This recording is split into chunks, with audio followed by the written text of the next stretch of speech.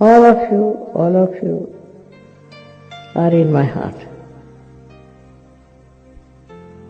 And I love you very much. And I want you people to come as soldiers to fight with me. It's possible with the power of love. With the power of love. With the power of love. एक बड़ा भारी संदेश मानव जाति के लिए दिया।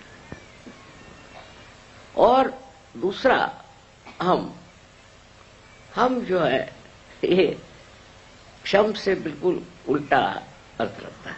हम माने ये जान लो तुम क्या हो, ये जान लो कि तुम आत्मा हो,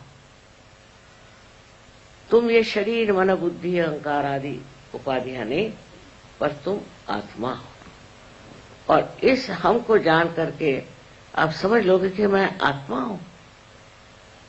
आत्मा का मतलब ये है कि जितनी भी गलत सलत बातें हमारे दिमाग में घमंड से, गर्व से, मूर्खता से, अज्ञान से आई हुई है, ये सब बेकार है, इनका कोई अर्थ नहीं लगता।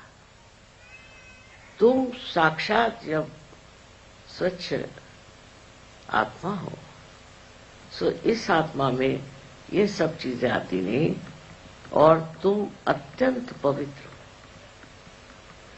सो दो चीजें उन्होंने बताई।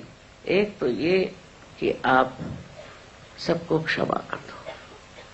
कोई अज्ञान में, कोई ज्ञान से कुछ भी कुछ करे, क्षमा कर दो, जिससे आपको तकलीफ नहीं होगी। क्योंकि क्षमा करिए या न करिए, आप करते क्या, कुछ भी नहीं। पर जब आप क्षमा नहीं करते हैं तब आप अपने को सताते हैं और तंग करते। और जिस आदमी ने आपको दुख दिया, तकलीफ दी, तो मजे में बैठा। तो इस तरह से आप देखें कि कोई ऐसी बात हो और उसे आप क्षमा करने की आदत डाल दें। दूसरी बात जो कही है उन्होंने कि तुम आत्मा हो, इस आत्मा को जानो। आत्मा को तो कोई छू नहीं सकता, नष्ट नहीं कर सकता, उसको सता नहीं सकता। अगर आप वो आत्मा स्वरूप है तो उसमें रममाण होना चाहिए। लेकिन इस आत्मा तत्व को प्राप्त करने के लिए आप जानते हैं कि कुंडलिनी का जागरण होना जरूरी है। और कुंडलिनी के जागरण के बाद उसमें स्थित होना पड़ता है, उसमें बैठना पड़ता है। जब तक आप उसमें स्थित नहीं होंगे तब तक आप छोटी छोटी बातों में उलझे रहे।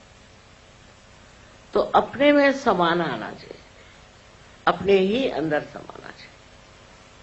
अपने अंदर जब आप समाने लग जाएंगे तो आपके अंदर एक नितांत शांति प्राप्त हो और आप विचलित नहीं होंगे। इस शांति के दायरे में जब आप रहेंगे तो आपको आश्चर्य होगा कि आप जो छोटी छोटी चीजों के लिए हर समय परेशान रहते थे, वो नहीं रहे। आत्मा के आनंद में आप डूबे रहेंगे। इस आत्मा को प्राप्त करने के लिए मैंने कहा कि कुंडलिनी का जागरण अत्यावश्यक है, उसके बगैर हो नहीं सकता।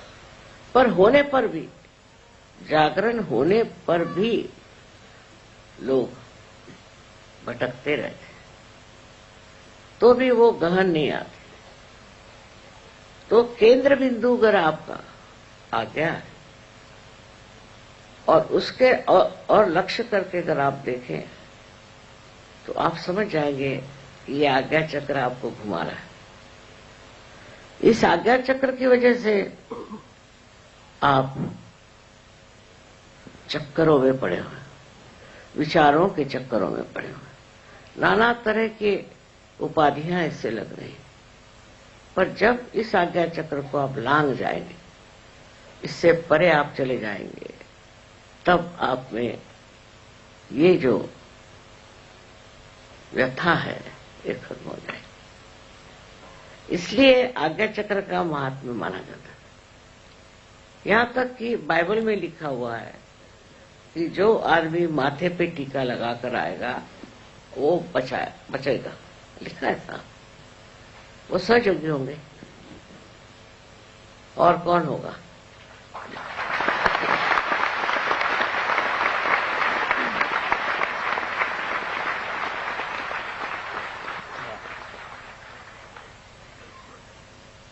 काम तो प्रचंड है।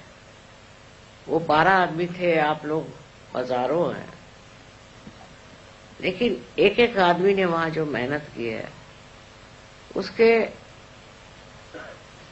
एक सस्तांश भी आप लोग करें।